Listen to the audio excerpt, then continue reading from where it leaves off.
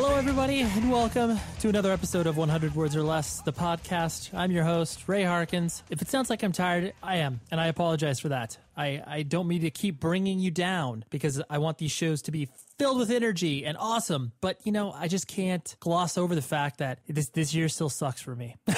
But anyways, that's not why you came here. You came here to hang out with an awesome person.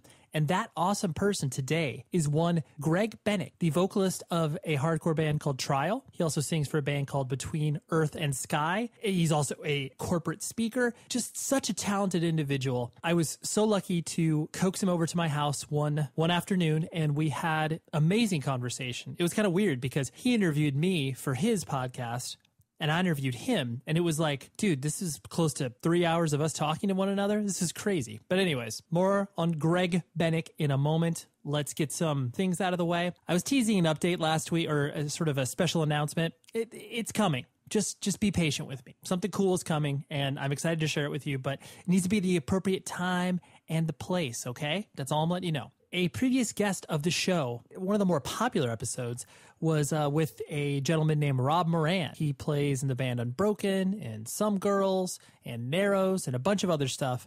But yeah, pop back a few months on this beautiful podcast. I was about to say archives. Yeah, just dive back in the archives. You can find his show. For those of you that live in the general Southern California area, he opened up a coffee shop in San Diego called Heartwork Coffee Bar. I have not had the pleasure of visiting it yet, but anytime someone takes a huge risk like Rob has done in opening up a brick and mortar business, something that requires people to get off of the internet and visit real life people in real life places, it's a hard thing to do. Not only the blood, sweat, and tears that it takes to open up a spot, but then to keep it going and make it successful. So I wanted to encourage all of you to check it out. Just visit heartworkcoffeebar.com and you'll be able to find the location, see all the cool stuff that they have going on. And I'm just really excited for him because coffee has been a passion of his for quite some time. So had to put it out there for you people to be aware of it. So yeah, know their business. Besides, just visit the website, 100wordspodcast.com. Sign up for the email list. I send it out once a week, just giving you guys a little update, give you a preview who's coming up on the show and all that other sort of stuff. So Greg Bennick, like I said, he's just a man of many talents and has been involved in the independent music scene for a long, long time. And I don't say that just to make him feel old, but he has. He's been contributing, and not just like on the outskirts. He's been in the middle of obviously creating some amazing music and amazing art with some of his friends and all the bands he's done. But then he's also directed documentaries. He has also just done so much humanitarian work, especially with Haiti, is currently doing this project called 100 for Haiti. It's incredible. Anytime you see people actually taking the practice of obviously what punk, hardcore, anything that is involved with independent music and taking it and applying that to the real world, it just gets me so excited. Because when I was 18, 19, and when people started to present that idea to me where it's like, it's not just what happens in these walls. It's what you take into your real life. It's what you take to your school, to your place of work, and like how you are as a person and how you are affected at these shows. Obviously, the shows are just entertainment, but the principles that you hopefully learn from that should hopefully apply across the board to every aspect of your life.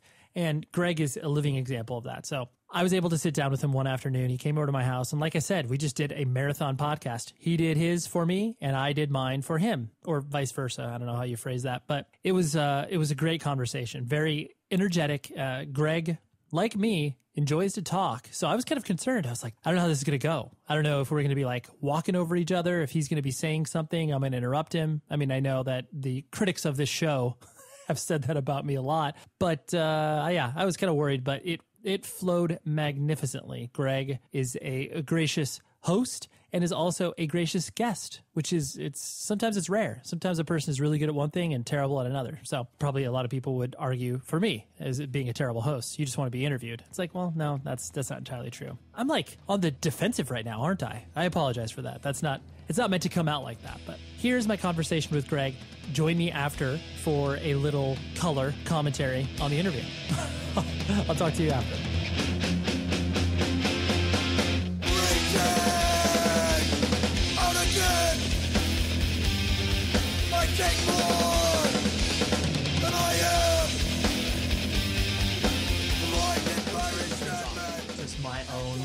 emotional entry point to you and everything that you've done musically and what have you. But so like my first experience, I was aware of Trial prior to playing with you guys. So my old band Taken played with you guys when you came down. Oh God, this had to, yeah, I think 98 or 99, maybe 2000, but you played the PCH Club.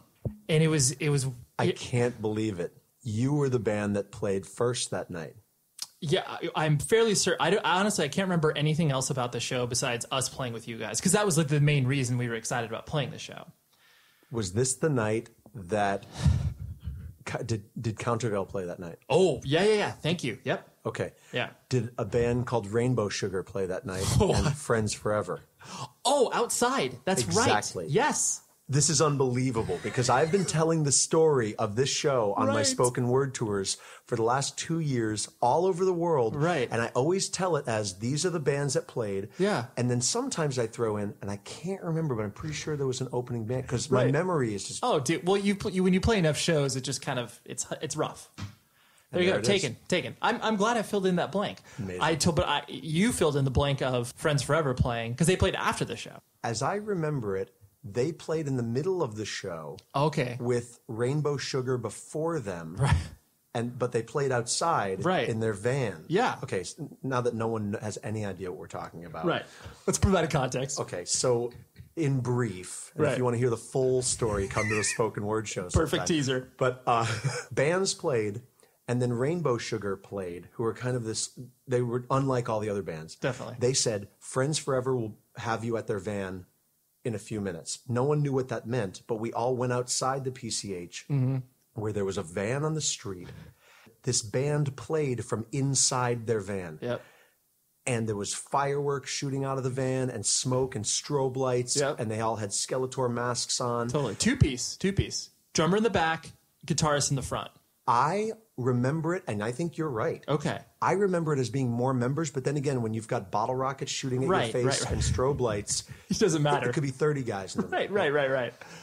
Point is, though, they played in their van, yep. And I think we played after them. I've always remembered... I think you're right, yeah. Because I just remember thinking there is no reason whatsoever that any other musical anything should happen after a band plays in a VW microbus, like going completely ballistic with fireworks. And that was their thing, because I remember they put out like a DVD. Yes. Right. Yes. And that was their thing was their methodology was the fact that they would show up at shows that they like. I mean, that show they were welcome, or at least they had given the show promoter an idea that they were going to come by. Whereas they would go to other shows, like they would be like the parking lot, whatever, some huge, 1,000 capacity venue like Let's Out.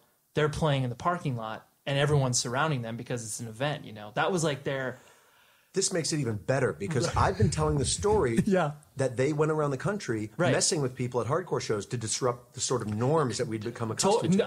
I think that, it's like, I think they functioned on so many levels. I think it was like a practicality standpoint. I think it was exactly what you're talking about. I think because the impression that I got of these guys too was that they were just like, they were just like dirty punk kids that were just like, hey, this is going to kind of blow everyone's mind from that level that you're talking about. And then the level of just like, hey, we're just going to roll up in this parking lot and play. We haven't even gotten through the intro yet. My life feels so much more complete. I almost have goosebumps right now. In fact, I have the beginnings of goosebumps because everything's in clicks. Order. Everything clicked. Okay.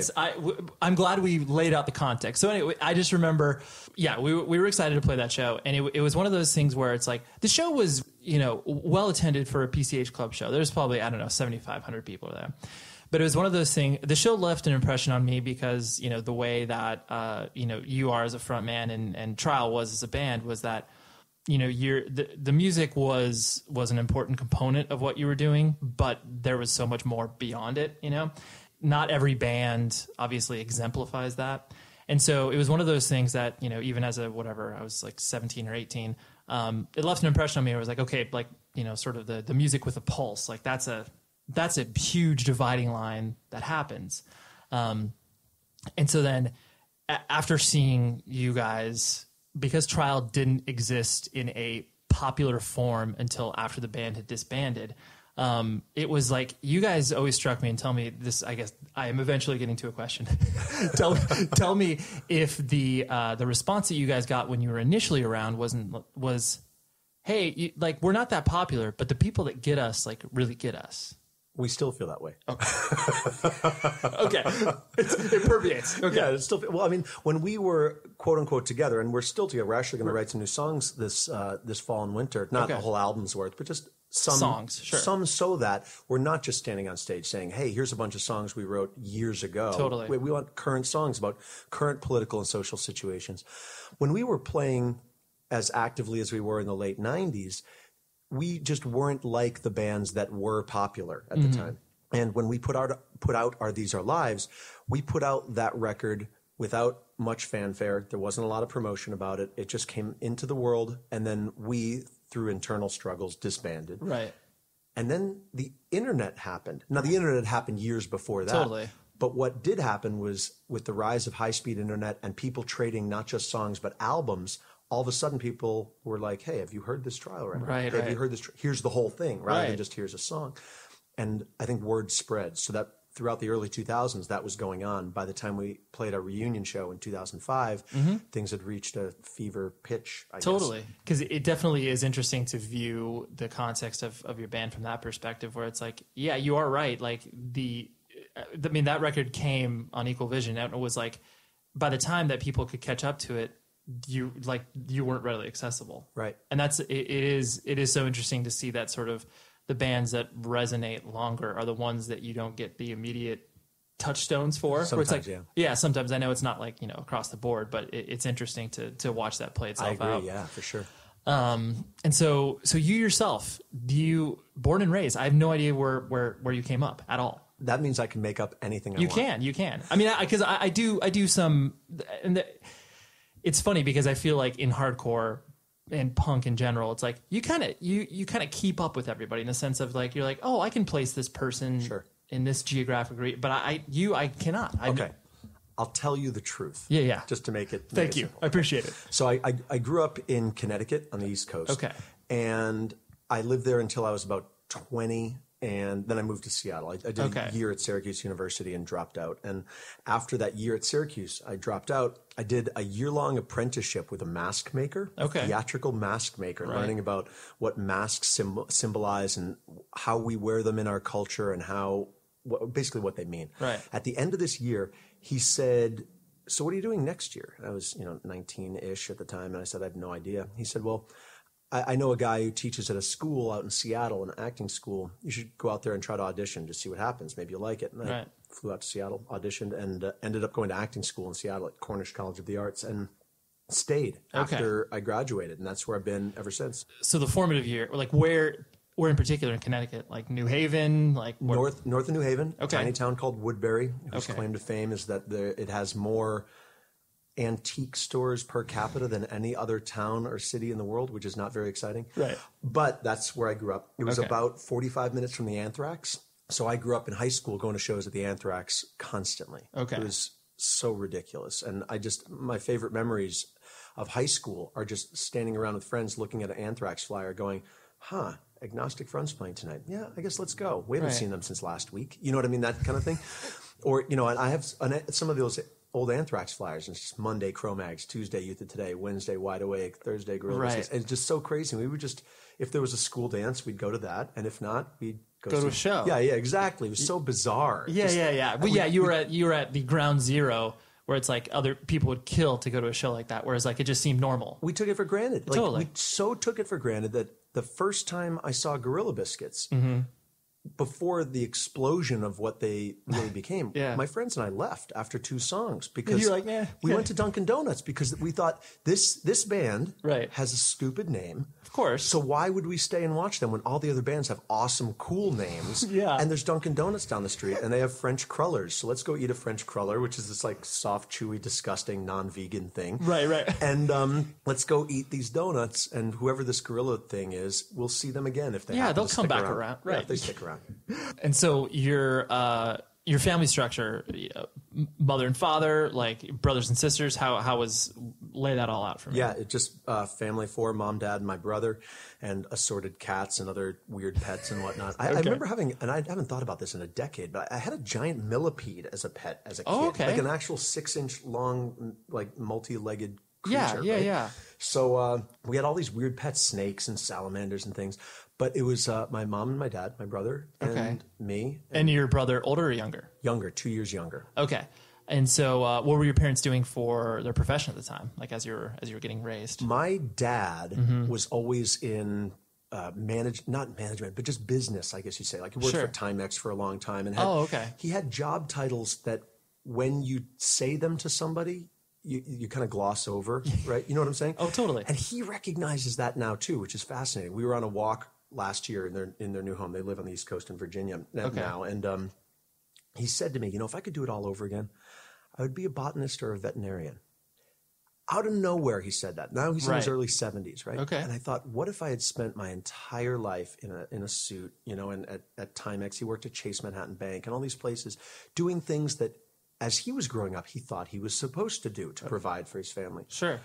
What if at the end of my life, I realized, wow, I could have done it all differently? It was this really potent moment for us. Yeah. Especially like apropos of nothing, he brings that up, or it's just like, oh, wow, that says a lot. It says a lot. Now, to his credit, he did bail out of the corporate world maybe 15 years before he retired and started doing the same thing he was doing in a suit every day, but just from home. So he started working from home, doing his own thing, which is very cool because anytime you get to work from home, that it's just brilliant. So anyway, my mom has a little more interesting, not to shoot my father down. Right. Every 10 years, she changes her profession. Really? So she was an aerobics instructor for 10 years, starting at age like 40 or something. Yeah. And then she was a hypnotherapist for 10 years. Okay. And she was a school teacher before that. And then she was... intentional. Intentionally. Really? Oh, yeah, wow. to keep things interesting. And to try things she'd never tried before. She would just burn it down and start over in some capacity. Absolutely. Like aerobics instructor, done. Yeah. And then now I'm training as a hypnotherapist. And now people come to me and they lose weight and stop smoking. Right. And then that's over. And now I start something new just to keep life fresh. Right. We talk about inspiration. I mean, totally. Well, that's a huge juxtaposition within the home of what your father was doing. I can just imagine the sort of yin and yang that your parents have with one another. Your father, like, oh, I feel like I need to be the anchor. I'm anchoring into this, and your mom's just like, I'm whatever. Right. And I wonder, and I've never asked him, I wonder if my dad's choice to stop commuting into New York City in a suit every day and instead of work from home was inspired by the fact that my mom was... He was watching her do all this cool stuff. Doing all this cool stuff that she just wanted to try. Right. So it sounds like the household was kind of alive from a sort of like creative energy standpoint. Like, to a certain extent, I'm sure. Absolutely. Okay. And I mean, and the only reason I hesitate is because of how true your assumption is. Okay. Meaning that even in the midst of the corporate life that my father was living, he was constantly wanting to be outside. He's hiked the entire Appalachian Trail, Springer Mountain to Mount Katahdin in Maine, the whole thing, constantly in the woods, constantly just surrounding himself with nature and whatnot, talking about it, thinking about it. So he had another world other than just suits and ties. My mom, as a school teacher, was brilliant, and she's still. I don't want to put her in past tense, like right. She's still alive. When she was a school teacher in the 60s in Philadelphia, she was brilliant, and she just recently told me stories too that made me realize that she was brilliant. Things like and I'm going to have a hard time coming up with specific examples that have the impact for your listeners that they had on me. Right. But just she taught in an inner city school. And she was the only white person at the school and received a lot of flack for that in the era that she was teaching, 1966, 67, and whatnot. So what she did, rather than quit, was try to use her humanity and creativity to invite people into a more family sense in the community. Sure. So the school told her that assemblies don't work. When we get these kids together, they just fight. Right. And she said, well, why don't I read some stories to them? And literally made it so that the school had story time with her reading stories to the class and to assemblies, which doesn't sound like, your listeners aren't going, yeah, wow, right. Story time. But as I imagine my mom, having been told by everybody, you can't do this. And she says, no, I think I actually can. Let's try it out. Right. Let's try to inject a little humanity in this. And she showed me books when I was at her house last that these are the actual books that I read stories from to reach these kids. And she said that these kids, like wide-eyed, like, you're reading stories to us instead of treating us like caged animals. Of course, right. You're paying attention to us, You're paying attention and giving us of yourself and assuming that we will give of ourselves back to you, she said that it was tremendous. And she did things like this all the time. So that's the kind of creative energy that they brought to wow, that's incredible. To, like, you do look at your parents from their sort of profession, and it's like when you are able to at least just get like a sliver of like, oh wow, like you're really good at what you do. It's like it as a child, you like beam with pride. Absolutely. You're just like, oh, like that's awesome. Yeah, and you start to realize, you know, my dad always had stories of like being rebellious and whatnot within the corporate environment that he lived. And I can't think of any off the top of my head, but there was always, it wasn't just him showing up at work like a drone, but rather him, you know, messing with superiors and fellow folks. Yeah, engaging in ways that you typically don't see within that context. Okay, so you take that and then you add my mom and the way that she approached authority. And it was a perfect sort of environment for me to grow up in as... it was the petri dish for what you obviously have punk become. rock and creativity. Totally. And so then as you started to matriculate and you know, get to high school and all the you know, the Anthrax days like you're talking about, it's funny that you mentioned you were, I mean, for lack of a better term, like a theater kid. Because that describes you to a T, like to this day right now. It's like I see that I'm like, oh, of course, like I see why you can get in front of people in many different contexts and like be comfortable, because like so many people, you know, the public speaking thing, people are just like like yeah, they're terrified of it. Yeah, terrified. Deer in headlights. So did you, you know, in high school, were you drawn to sort of the dramatic arts and that sort of stuff as well? I did a little bit of it. Okay. I've always, and I went to, you know, college, as I said, for theater and acting, but I was always put off by that. And I'm not offended by you saying a theater kid, because I know exactly what you mean. Totally. I was always put off by that theater kid, showy, look at me, look at me, look at me. That's true. And I remember in college, there was one day where we were in a giant, for lack of a better word, gymnasium type theater space. And there was a huge ladder that went up to the light grid up above. And before class had started, I climbed the ladder because I wanted to be away from all my classmates. And I was sitting up on top of this ladder, like literally 30 feet off 25 feet off the floor, just sitting on this ladder, just watching my classmates get ready for this movement class. And the doors swing open and this girl walks in. Her name was Liz. And she says, "I'm here," and throws her hand. You imagine the theatery girl, theater person, you know, whatever, you know, just like that sort of personality, throws her arms out to the side, "I'm here." And I remember thinking, I wonder if I could jump from this ladder onto her head. What are the chances that I will kill her but not myself? And I actually sat there trying to figure out, like, the geometry of it, right? Yeah, because if I die, I've ruined the whole thing. Of course. But if she dies, I win, and the class is going to be better. So can I do that? And I thought, nah, just climb down the ladder. Like, right. But so that whole theater kid, sure, the whole ego, right? The whole, because there is obviously an element.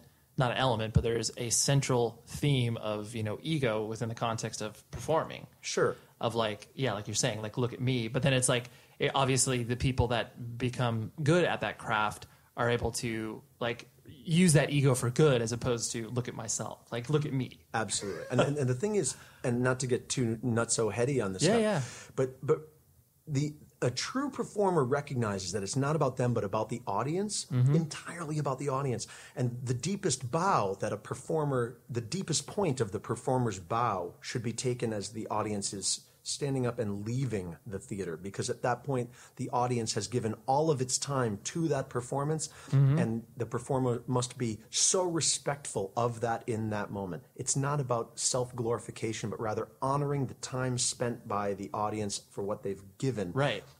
So invested, sure. So in high school, I dabble a little bit in theater because it's fun to be in plays and it's fun to screw around with your friends and whatnot. But I never really pursued actively that sort of theatrical acting world, just because I already saw it. It'll infect you. It'll make you crazy because you start to crave the attention. You start to crave the ego gratification. And I just wanted to diminish that a bit, I think, even in high school. The intro to independent music, and obviously being, you know, that took place in high school, I presume? Absolutely. Yeah, for sure. And that was, like, I mean, I think I remember in some of the other interviews I was reading, that was just like an older friend, like a bootleg radio station like that.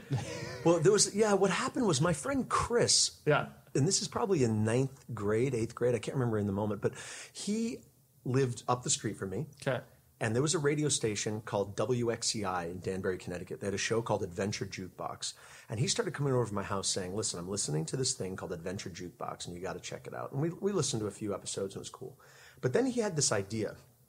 This is going to date me as like this archaic, ancient, like trilobite that you've just like hammered out of rock and then I'm now speaking into a microphone. But he climbed up on his roof with an antenna, and on his parents' roof, and he installed this antenna and pointed it toward New York City. Perfect. Okay, to pick up more strongly some type of radio something. I don't even know where his logic, reasoning, or science was. But I know that after doing this, he came over to my house with these punk rock recordings and hip hop recordings that he supposedly had gotten from New York City. For all I know, the kid was a psychopath, and he was just like, right. like this is a narrative. Cassettes. Right. Yeah, totally. I didn't see him put the antenna up. You know? Right. One day there was an antenna. He told me this story. It's like, okay, great. But he came over to my house with this music, and it just blew my mind. So it was kind of like bootleg-ish recordings. Right. But supposedly from this manic system of technology that he developed and put on his parents' roof. Was music even kind of a focal point in your life before that? Hugely so, but metal, but metal, right? Okay. So, you know, put it in the context of the time. This is the early 80s. Oh yeah. So you can't escape that. Absolutely. So metal became a thing in America. What year was the US Festival? 1983, 82, Sure. 83, whatever the metal day was at the US Festival. So, you know, at that point, you know, if you were 10, 11 years old in America, your mind was blown to unbelievable bits by, you know, by whoever was coming up, you know, Motley Crue and Dio and Judas Priest and whatnot. So that was my reality. Got it. And as like when Rat, Round and Round, when that song came out, that was the game changer. Did you identify with the fashion sense as well? Were you adopting that in your lifestyle as well? Here's the thing: I have never had fashion sense. In fact, my attire today is proof of that. Like I got out of the car today. I'm like brushing like crumbs from kale chips off myself. Oh, right, nice to see you. Yeah. Okay, no fashion sense. So back then, I'm painting a picture of myself as I had hair that was parted in the middle and that kind of feathered down the sides in the back. And then parachute pants, Nike high tops, like white Nike high tops.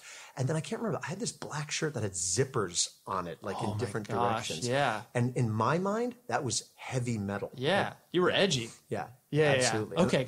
I remember my brother and I went to see, I think it was ZZ Top on the Eliminator tour. So I might have been 14. Right. And we got out of the car and I had like tied like these bits of fabric around my fingers and my wrists and what, you know what I'm saying? Like that kind of tattered metal look. Yeah. And I remember getting out of the car and I was like walking down the street with this like saunter almost. Like I thought I was so cool. And these older guys were standing off to the side of the Coliseum.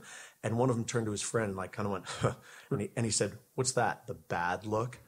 My brother still says to me, "What's that? The bad look?" All the time, no matter what I'm wearing. Like, Oh, that's the bad. Yeah, I could be wearing like a shirt of a band that my brother likes, like, and he'll just go, "Oh, what's that? The bad look?" Still, like this is like 30 years later. Reference point. But that was a game changing moment for me. I was just like, "Oh my gosh, this is all a costume and a complete waste of time. What am I doing?" Right. So you're like, I took so much effort into this, and it's clearly not paying off. Yeah, this is the bad look. And you know, kind of like, I mean, I wouldn't say fast forwarding, but looking at your, you know, I mean, clearly like all the lyrical content that was contained in what you did with Trial, and obviously all of the, you know, the focus that you have on, you know, human suffering and, you know, the plight of, you know, just being a human. You're a very sensitive guy. Am I correct in that? Very, very much so. Like the fact that you just said that almost made me cry. Right.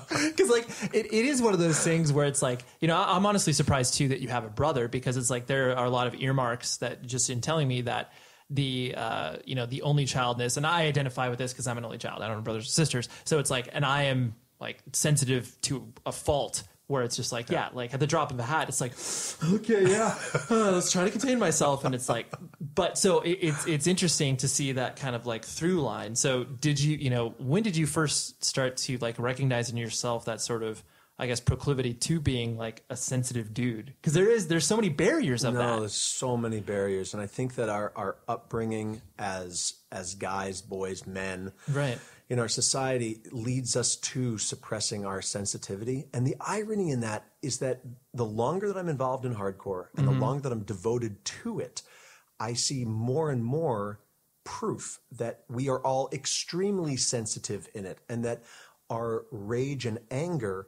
sort of masks an inner maybe brokenness, or even, I won't even make that judgment, an inner sensitivity in people. And I see it across the board, no matter how tough people are, that it's because their hearts are hurting, or because their minds are hurting, or whatever it might be. Okay, so when I realized that I was sensitive like that, probably when I was a little kid, I was watching the Charlie Brown Halloween special. Yeah. And everybody, walks around getting their candy. And he gets like a rock in his bag or something like that. Am I remembering this correctly? Yeah, no, I think you're right. Because you've brought up something which obviously was traumatic for me as a child, right? And I'm going to have to seek therapy now. But I remember he gets a rock or something, and I remember crying about that, like being upset, and my brother making fun of me so much that I was crying at the Charlie Brown Halloween special. Sure. And I just sniffled organically. That was not me weeping. Yeah, but he's okay. He's keeping it together right here. But I remember thinking, what is wrong with me? Why am I crying at this ridiculous cartoon? Charlie Brown is this, fictitious, large-headed, child, and I don't know him. He doesn't exist. He's drawn by some artist. Why am I crying at his plight? Right. And then I realized, it's because he represents something, not getting what you want and having expectations and hopes dashed. And it was probably right around then, I might have been, 7 or 8, that I realized that life is essentially meaningless and futile, and all of our endeavors end in tears. Yeah, you're like, well, I can extrapolate from here. It's over. It's summarized. It's all over. So then as you move, as you matriculate through high school, and obviously like you were talking about, going to Seattle and, kind of finding your place there, did you have a notion in your head of like the band life, like being your thing? Like, did you want to be in a band? Was that like... Yeah, it's interesting because I didn't quite find my place in acting school because I never wanted to be an actor. And by the time I got to acting school, like I was saying, I had kind of distanced myself in high school from diving into theater. I already knew I didn't want to be an actor, but I knew that acting training would help develop my skills as a speaker on stage. So if I got a degree in acting, I most definitely presentationally would be stronger from the stage and be able to be more of a conduit for ideas and feelings and whatnot. So it took me a while in school to quote unquote find my place, and I never quite found it. And there was one day I was sitting with a professor, a Shakespeare teacher, and he just out of nowhere asked me, he said, "Greg, what's missing? Something's missing in you that you're not getting here. And I can tell, and we can all tell. What is it?"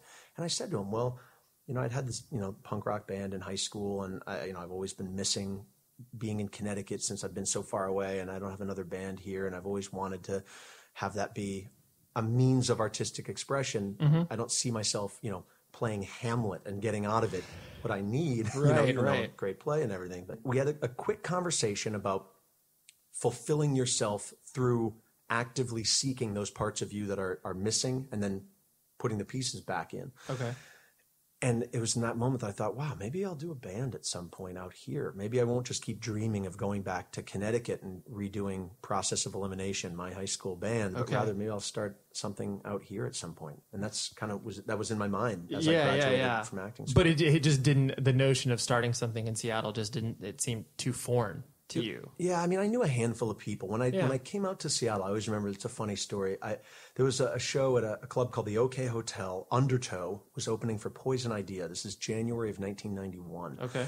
And I went to see the show. First show I saw in Seattle, just wondering, I wonder what the scene is like. Yeah, what's it like? Yeah. So I went to see Undertow, and I was like, my gosh, these kids are like me. They seem to be straight edge. They seem to be excited about hardcore. And then Poison Idea played, and I was like, they're very large and scary, and at least the singer was. Right. After the show, the Undertow band members and their 3 or 4 maybe friends were standing around, and I went up to them. I said, "I'm Greg. I just moved here. I'm from. At the time, I was about to move there. I came out to visit first. Okay. I'm about to move here, and I'm from Connecticut. How big is the straight edge scene out here?" And I always remember John Pettibone like looking at his literally 8 friends and band members, and he just kind of went, "We're it. Right, like, you got it." Yeah, us. And he's like, I think there's 2 more people around here, and he's probably referring to, I don't think Ron Gardapi was at the show, but at the time, he was somewhere in the ether in Seattle and whatnot. Yeah. Point being, that was it. There was 8 or 10 kids. So I had this idea that I wanted to be supportive of the Seattle, at the time, smaller than it is now, certainly hardcore scene. But I didn't think, I'm going to go out and get a guitar and learn how to play, or I'm going to try to sing. What a foreign concept. So what did you do in Process of Elimination? I played drums. Oh, okay. I mean, that's a stretch. Yeah, loosely, I right. hit drums. Right. Somewhat in time. I mean, seriously, I had like a 4-piece drum set and like 6 rototoms that I bought from an ad in the newspaper. So good. So I had like rototoms and like, it was just a mess. It was a total mess. But yeah, we played a handful of shows, and then put out a 7-inch actually. That's spectacular. Yeah. You were doing something. Yeah, we were doing something. Right. And so then obviously as you started to, as trials started to, exist more, something that I personally noticed just from an outsider's perspective, where it was like what we were alluding to earlier in regards to, trial never being, recognized while you guys existed. And then obviously like the reunion shows but when Burning Fight happened, to me, it was so shocking, the reaction that you guys got there in Chicago, because it's like, I'm like, okay, here's a band that was, West Coast based, like had very rarely been to the Midwest or the East Coast. Yep, handful of times at most. Right. And it was just like, it was such an outpour of like, I mean, I'm sure that show in your head is still just like, what? Like, yeah, the reunion shows in 2005, mind blowing, and then Burning Fight as well. And the progression was crazy because, I mean, we started touring, we started playing music that was important to us. And of course, in the 90s, there was more idea driven music. Definitely. But for some reason, Trial never, and it was okay with us, Trial never broke out as the band that everybody knew and listened to everywhere. It just, we weren't. That was the era of it was just the era of different bands. It was just totally, just the era of different styles. And well, and you guys were this weird. You guys hit at a time where it was like, metalcore had, starting to rise to prominence with like Poison the Well, and like it was such a weird place for you guys to be, because it was like, it's like, yeah, you had your American Nightmares and Bane that were existing on the East Coast, but it was like the West Coast didn't really feel like a stronghold for the weird style of music that you guys were playing, which was a mishmash of both of those sort of old school and metalcore. Like, it didn't make sense. And with These Are Lives, like, yeah, that was sort of such a change from the other 2 records. That totally. None of it made sense. And that's okay. Like, I want that. I mean, I started out after the metal years as a punk rock kid. Right. So at the core, punk rock is always in my heart. And the idea of like, I don't necessarily want to be like cookie cutter hardcore bands, if that's what's existing. Not saying that those bands you named are cookie cutter, but it was okay that not everybody was on board, and we weren't having 1,000 kids at every show and all these pylons and sing-alongs. It was okay to be different. Totally. So when we announced the reunion shows in 2005, not even announced them, Tim and I had Thai food one night, and he said, we should do, these shows. Okay, great. And he was talking about booking Numos. And I was like, dude, that's an 800 capacity room. Like, it's going to feel so dumb when there's only 100 kids in there. Right. He's like, well, we should, go for it. We should try it. Well, when it sold out in a day or whatever it was, or a week, it was so ridiculous. I thought it was a joke. I honestly thought some rich benefactor had bought 800 tickets. Right. And like, literally there'd be like, he'd give out 3 of them, or she would give out 3 of them. And there'd be 3 people. That was it. Right. Jokes on us.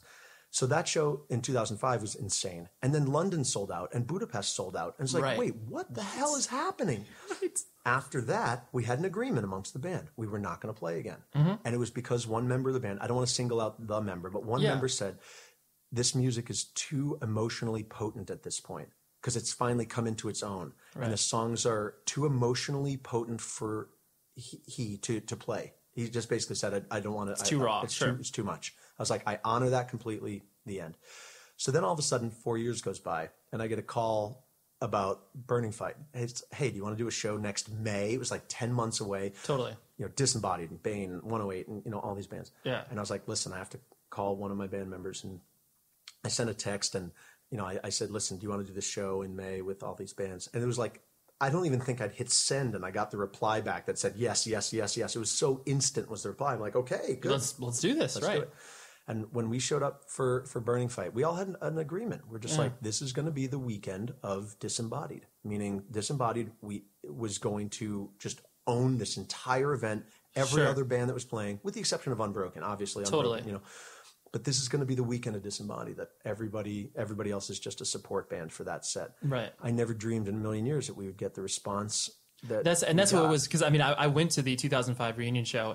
I forgot that so much time had elapsed between those two events, because it didn't. I felt like going up to Seattle to watch you guys was just like, I need to do this because I don't think that you were going to exist ever. I was just like, well, this is the last time. But then in going to Burning Fight as well, like I said, it was so jaw dropping for me just to be like, why should the Midwest identify with this? Like, I mean, I still am so region centric when it comes to bands, because you're like, oh, this band doesn't do well in the South or whatever. You know, it's like, so I was just surprised that it was such and honestly, to me, it felt like at that point, it was like Trial had been quote unquote legitimized in a nationwide sense of where your sort of legacy would end up. Yeah, I mean, it made no sense. I still, when I start to think about that sort of stuff, my head starts spinning. Right. But the fact is that we have played shows since then too, and including then, where around, like in Moscow, like playing in Moscow and St. Petersburg. Right. St. Petersburg in Russia was insanity, like unbelievable insanity, and I think, wow, people have heard of our band. I still, to this day, wander around thinking like... That's weird. Yeah, well, yeah, that's weird. That's weird, you know? Right. But it goes back to the Charlie Brown thing where I think, you know, like, yeah, everything I've done is essentially meaningless, not just in a grand sense, but for all people. You know, so I still have this kind of voice in the back of my head. I think that that's common amongst artists and humans in general. But the fact is, when we play... It's not like 800 kids a night. Sometimes it's 30, 50, but still the music means something. And it elicits a response. Absolutely. And that I think that's the thing where it's like, if any, you know, whatever artist or musician can look at, like, if you're impacting one person, like, you're doing great. Mm-hmm. And it's like, and that, I think that gets lost a lot of the time, where it's just like, it doesn't matter. You're always going to look at like who wasn't into you or where you didn't get. Always. But you should look at the fact that it's like, well, we did impact these people that still, like, you know, for every sense of the term, people should not be paying attention to what Trial is in 2014 or even 2010. But it's like that they do. Right. I'm fascinated to see what happens next, because as we write a couple new songs and as we start to play out more, our ambition is not to play the Burning Fights, Fluff Fest, Eperfest, although... you won't say no to that. Of course, and there's you know, kind of this quasi, maybe will it happen, plan to tour Europe and play Fluff Fest, Eperfest at some point, you know. Mm-hmm. I love those fests. I love those experiences. But I'll tell you what I love too, and I'm even getting goosebumpy now thinking about this. I want to do garages. I want to do small shows. And Tim does too, and the other members of the band do too.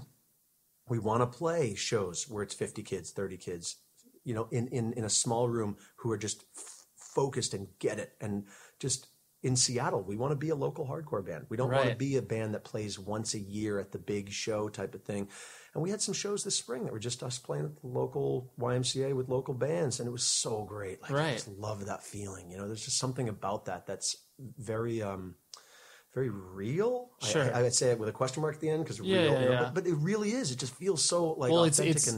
It's rooted. Yeah. It's rooted in something that is obviously familiar to anybody who has obviously played in bands, where it's like, because those like large shows are not normal. That's the key, right? Because I was hoping you weren't going to say they're not, and then say something about how, you know, connected to the audience, because they are connected to the audience, right? But they are not normal. No. If there was a hardcore show tonight here in your city, we'd go to it and there'd be 50 people there. Sure. There would not be 3,000. No. You know? Yeah. What's special about those to me, it's just, you feel more of a part of something in a holistic sense when you're just like, wow, there's so many people here and this is so impressive. You feel connected to all those people in the room, but it's like when you are rooted at those 50 to 100 person shows, it's like, oh, this is who's here right now. Absolutely. It's amazing. So immediate. And I mean, I watched the video. There's a video on Vimeo. I think I posted it to Vimeo of Trial Fluff Fest. It's the full set of Trial at Fluff Fest. And the end of it is so ridiculous. Yeah. The number of people that were on stage singing along, it's so crazy. And I watched that. I'm like, that happened. Right. Like, it's so affirming. And I love that so much. I just can't believe that it actually happened in my life. I got to experience something that amazing. Right. And I wonder if it was that way every night, if it would just lose its potency. Totally. Yeah. I wonder. So you're trying to have both experience. You're trying to have your cake and eat it too, which is awesome. Yeah. You know, a lot of people are I mean, I wouldn't even call it a joke, but in the sense of where it's like, oh yeah, Greg juggles, Greg juggles, and Greg he's a professional speaker, because it's always one of those things where you're just like, people, what, really, that's a thing. And so, like I was joking about earlier, where it's like, a Renaissance man, because it's like, obviously it's like you've done films, you've done documentaries, and you've participated a lot in the creative arts. Do you ever, that sort of, jack of all trades, master of none sort of scenario where, because I'm projecting on you my own feelings, because there's definitely, I do a lot of things, and I always feel where it's like, would my life be more, meaningful if I was just like, I just did this one thing? Because that's what most people do. I think about this every day. Okay. It goes back to me sitting in my room, maybe 15 years old, and I was interested in juggling, which I had just learned a couple years before, really into punk rock. I was writing letters constantly to zines and bands, constantly writing letters, like all the day, all night, every night. Interested in school, more or less, and friends. And my father walked in the room, and he saw my room, which is just this explosion of just going different directions. And he said to me, Gregory, there's a problem here. He said, you're kind of like a shotgun. You're shooting shotgun pellets, in all different directions, or, in a spray of directions. He said, you need to be more like a pistol that shoots one bullet in one direction with accuracy and hits the target. Mm-hmm. And I said, can I be a shotgun that shoots bullets? Like, just have bullets go in all the directions? Totally. I've thought about this my entire life. What if I just focused on Rubik's Cube? Like, I got into Rubik's Cube this year. Yeah. I got my time down under about 2 minutes. So I can solve a Rubik's Cube in 2 minutes. I feel like a god walking the earth in terms of Rubik's Cube. But let's be realistic. Anybody with half a brain can learn to solve a Rubik's Cube and get their time under 2-3 minutes or so. If you can get your time under 45 seconds, that's next level. But it requires that next push of real mental agility, real devotion, real focus to do that. So right now I've got a cool party trick. It's like, hey, check me out. I'm so cool. I'm so cool. I'm so cool. But like, would I be willing to devote myself to being the best at Rubik's Cube? Right. World record, 5.55 seconds, I think right now for Rubik's. Would I be willing to do that? Or chess, for example. I love playing chess. Sure, if we played, maybe I win, maybe you win. But getting to that next level in chess. Right. Case in point, when Trial formed, I was playing chess all the time. And I actually made a decision when Trial formed. I was like, I can either play chess or I can do hardcore. I cannot do both. I cannot write lyrics and play chess. In addition to all the other things going on. Right. I chose hardcore.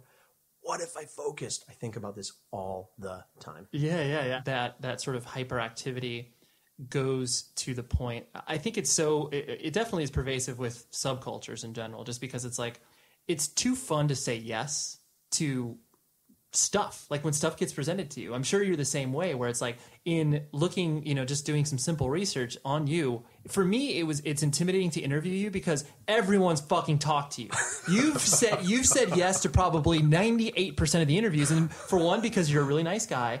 For two, because you're pretty easily accessible. Like, people can get in touch with you. So in my head, I'm just like, dude, what am I going to like uncover in Greg that hasn't been talked about by, Joe's blog on Tumblr? Like, so it's like, it is interesting to where, you yourself have those disconnected moments where you're just like, oh, like, maybe I should put more of my energy into this. And I'm sure it's like a movable thing for you, where it's like, okay, well, Trial's not going to be this thing now. I obviously need to, make a living from my professional speaking or whatever. Like, all these inputs have to kind of level you out, I'm sure, in some respects. Yeah, and keep in mind, so far we've established that I'm a disconnected master of nothing who doesn't know how to say no to people. That's what we've gotten so far to this interview. So if you've just tuned in so far, you're totally caught up. Okay, that's good. Yeah, totally caught up. Right. So my thought is that life is so short, and we don't know how short it's going to be. It could be 2 seconds from now, plane crashes in the house, we're dead. That's totally realistic in my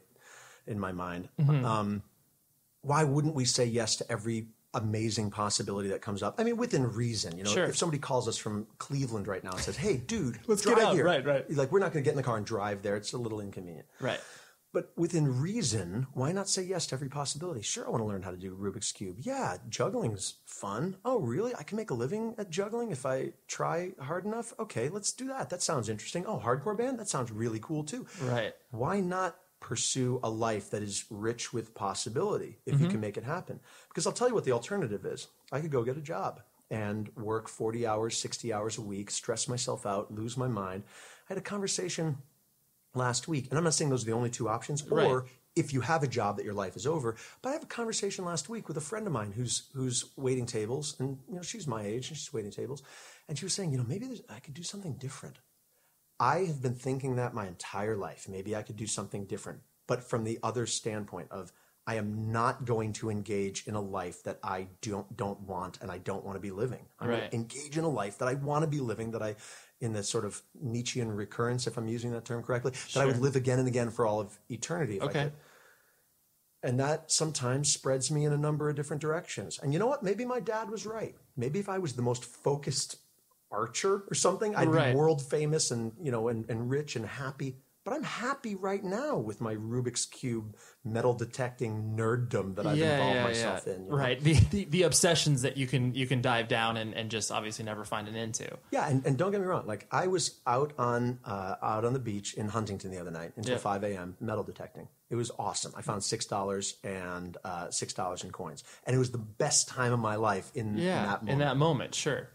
Why would I give that up to be in a life where I had to wake up early, commute to LA, to be in a job that I didn't like, in hopes that on the weekend I'd have enough energy and time to do the thing that I want to do? Right. That's insanity. Sure. Doesn't make sense in my mind. Yeah, totally. I think that, the most important point that you hit on that I think that I know that you encourage from just like, your speaking engagements and like what you do in front of people, if you have to do that, like that's a reality. We all live in the world. We all have to make money. And if you have to do that, you just have to reconcile the fact, like you can't be worn down but to engage in your other things on the weekends or whenever you have that time. That's when the energy is sapped from you. That's when it's like, that's when in my mind and probably in your mind, you've lost. What kind of life is that? Right. And again, like when people have day jobs, I don't sit around and think less of them. Right.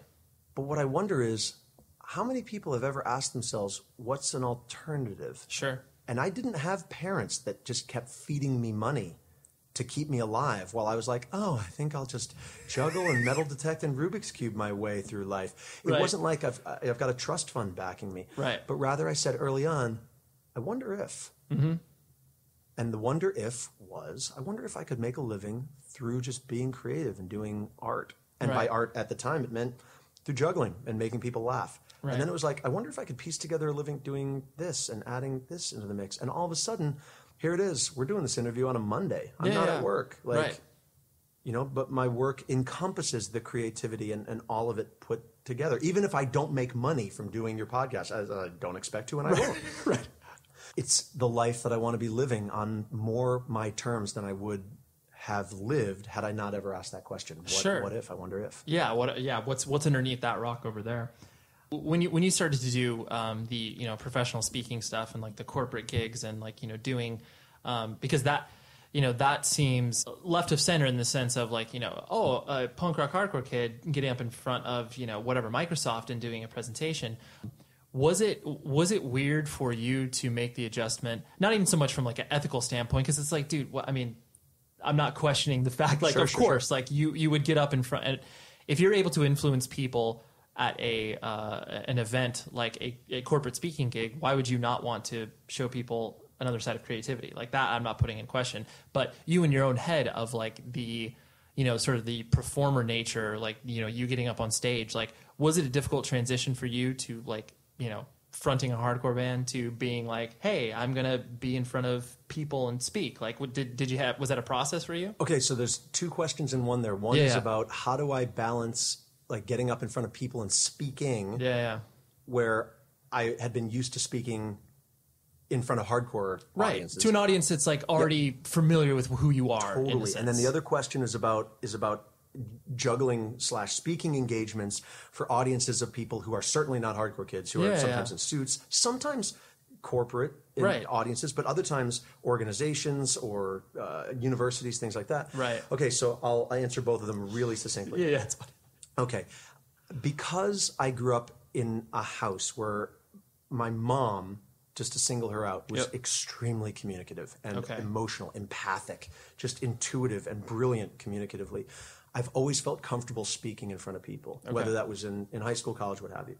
So to answer the second question first, going from hardcore to speaking in front of audiences that were not hardcore related, no problem. I mean, put me in front of a group of 400 knitting grandmothers, put me in front of truck drivers from Chicago, whatever, I have no idea. Right. No problem, bring it on. People, I love people. Right. So, in terms of the juggling in the like organizational, university or corporate environment, the only part that always irked me was how to maintain artistic integrity amidst this. When somebody's saying, listen, we need a 60-minute presentation from you. It'd be great if it was themed to communication.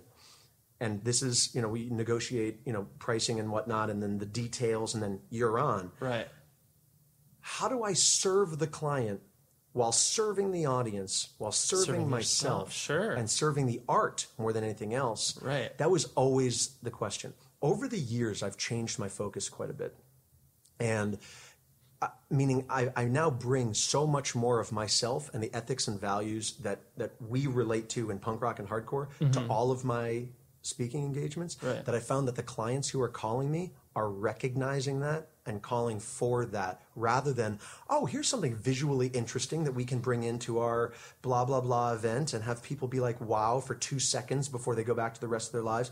I've lost interest in that in terms of being like hey, sure, I'll collect your money in exchange for a show. It's like, go find somebody else. There's a million people who are visually interesting. Yeah. It's like, who cares? Yeah. I would rather figure out ways, as I always will be doing, figure out ways to take the ethics, values, and ideas that I've learned in punk rock and share them in ways with people who have not encountered them.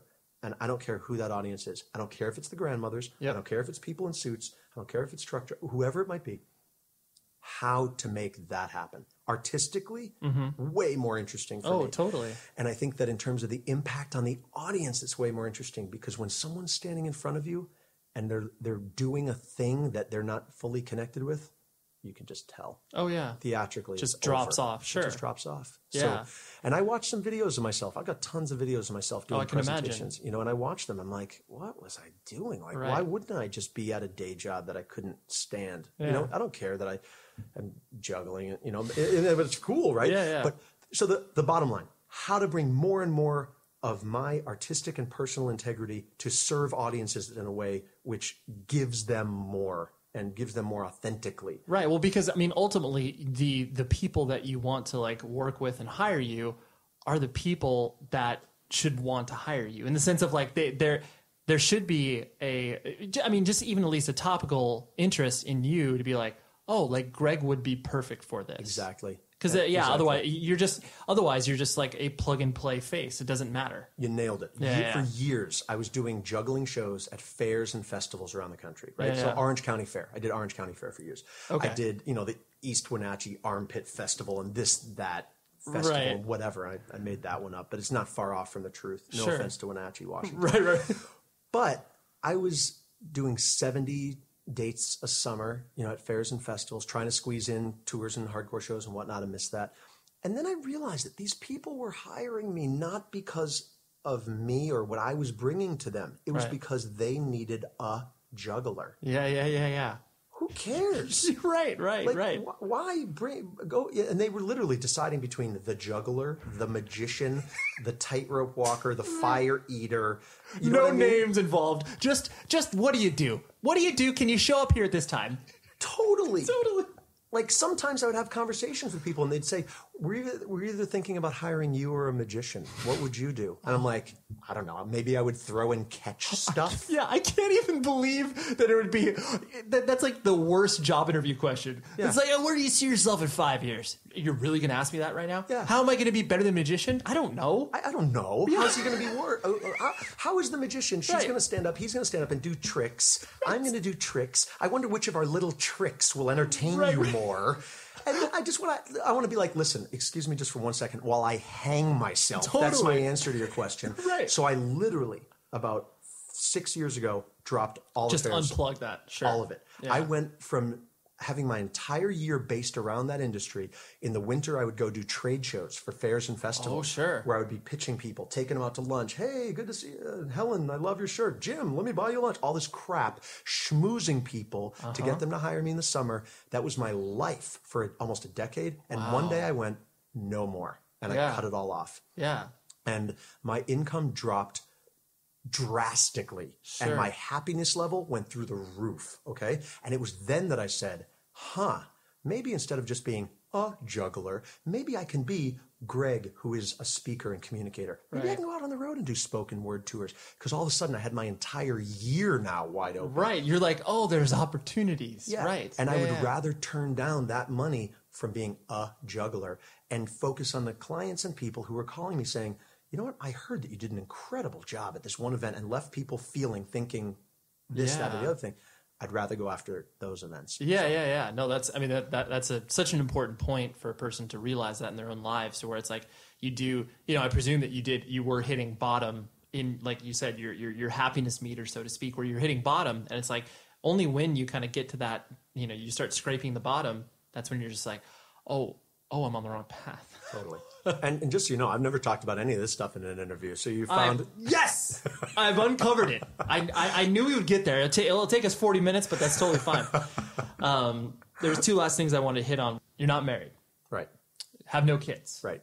You travel a ton. Right. And you are, by all sense of the terms, and I just use this in the sort of, the hardcore punk world where it's like, I'm 33 years old. I'm dead practically because like, it's a young person's game. It's like, the quote unquote scene will always stay the same age as we get older. You've experienced a lot of things that obviously don't keep you quote unquote rooted from the modern life sense of the term.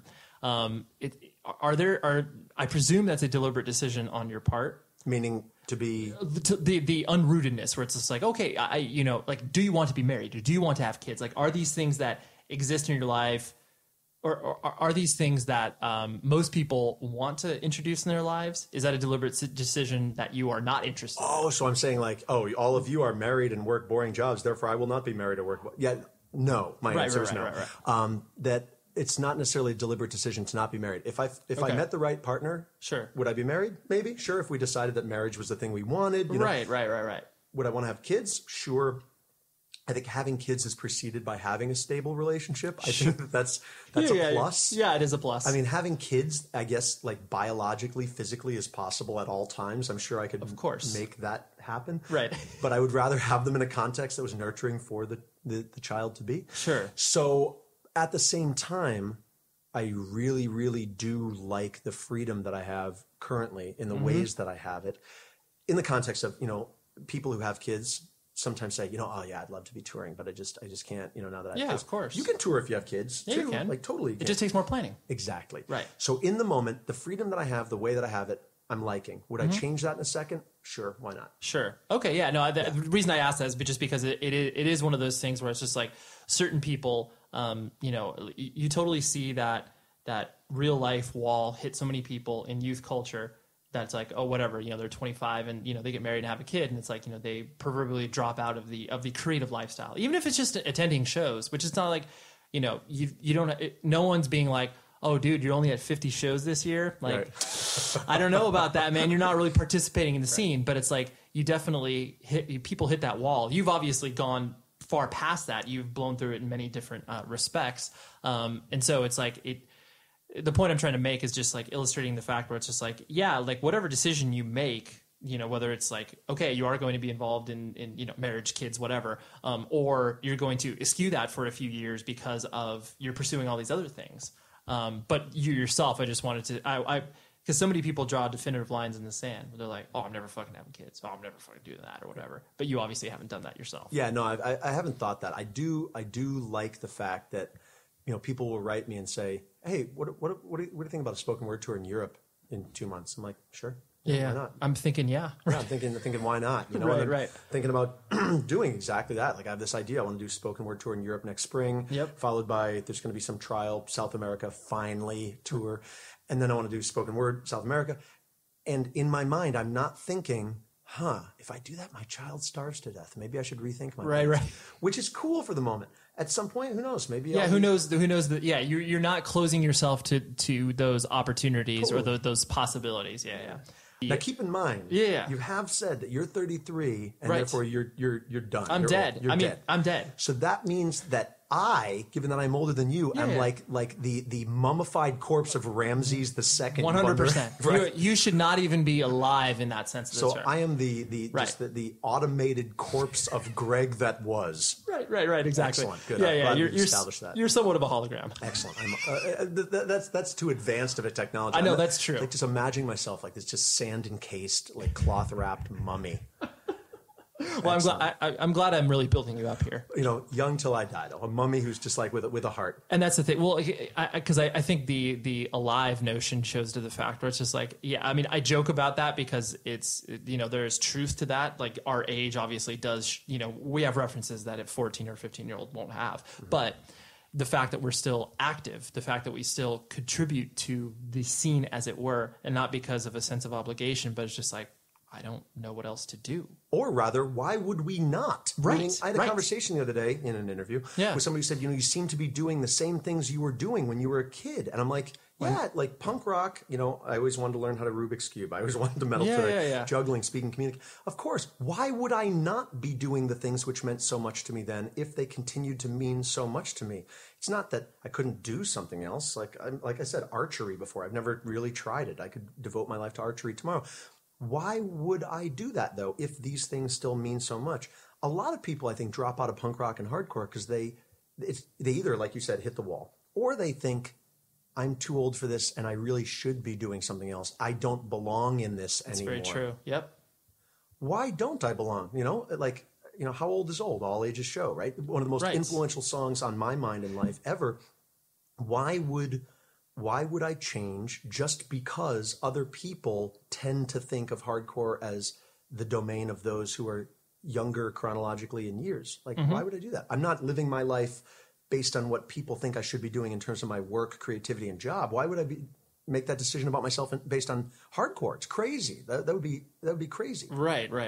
So I'll be hopefully stage diving for years to come. Right. And playing hardcore shows and being involved and going on tours. And I've never even considered an end. I've never even thought about it. And I think a lot of it has to do with the fact that like both you and I have deliberately structured our lives to always be participants in it, Because I think a lot of people, don't maybe don't think either that far in advance, or they're not afforded the luxury to think about that of how they can participate, even though they may be removed. Like some of the most valuable feedback I've gotten on this podcast is the fact that a person, just a random example of a guy emailing me being like, oh, I have 5 kids. I don't really go to shows anymore. But listening to your podcast makes me feel connected to the people that were in the scene when I was going to shows, the people that have gone past me and are younger than me. And it's like just that connectivity will, like that in and of itself, they're plugged into the music again. Totally. And it's like, to me, that's the most important thing you can take away, where it's just like, yeah, there are ways for you to stay involved. It's just a matter of like finding what that path is. I was in Portland, Oregon a few months ago, and I went to see Vic Bondi play an acoustic show. Okay. Vic sang in the band called Articles of Faith in Chicago many, many, many years ago. And then in bands Jones Very, Alloy. And he has a new band, actually, which is quite excellent. And their record just came out on Bridge 9. But he was playing an acoustic show in a small bookstore, anarchist bookstore, and he had an acoustic guitar. And he played that guitar the second. I didn't know what to expect. I'd never seen him do an acoustic show. He rarely does acoustic shows. But he came out, sat down, he's tuning. He's like, hi, my name is Vic. And he starts playing, Alloy, Jones Very, and Articles of Faith songs, and I think some new ones as well, just with an acoustic guitar. And he was just going for it.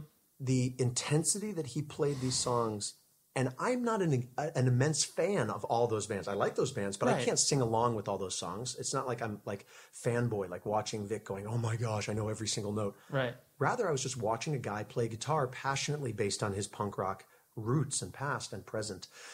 He played that guitar and blew my mind. And everyone in that place was just decimated by how potent it was.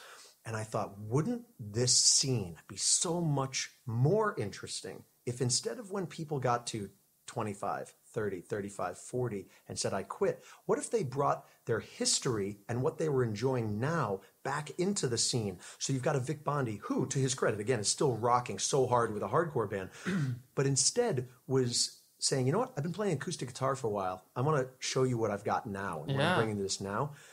Wouldn't our scene be so much more interesting if people were coming back in again and again and again at older ages chronologically with where they were at currently? That would be so fascinating, so incredible. Dude, I honestly, I'd never even thought about music in that context. I mean, especially just like hardcore and punk. Whatever, independent music, punk, hardcore, like youth-driven music definitely I mean, it's very similar to obviously how we treat old people in our culture, where it's just like let's just put them in a home, like let's just get them out of here. Like what do they have to offer besides 70 years of history and context and life? And it's like, you do feel that, where it's like, you know, there's that sort of like put out to pasture, where it's just like, oh yeah, like they're yeah, what are they really doing? Is that really of interest to the youth of today? But it's like, yeah, of course it should be, because it adds texture and it adds vitality. Absolutely. So yeah, well, I guess we have that to look forward to. I know we do, absolutely, as long as we remain actively engaged. Yeah. And I encounter this sometimes when I'm in Europe and you do interviews, and I find this a lot in Germany, where people are very straightforward. Oh, yes. So, you know, you get an interview question that's like,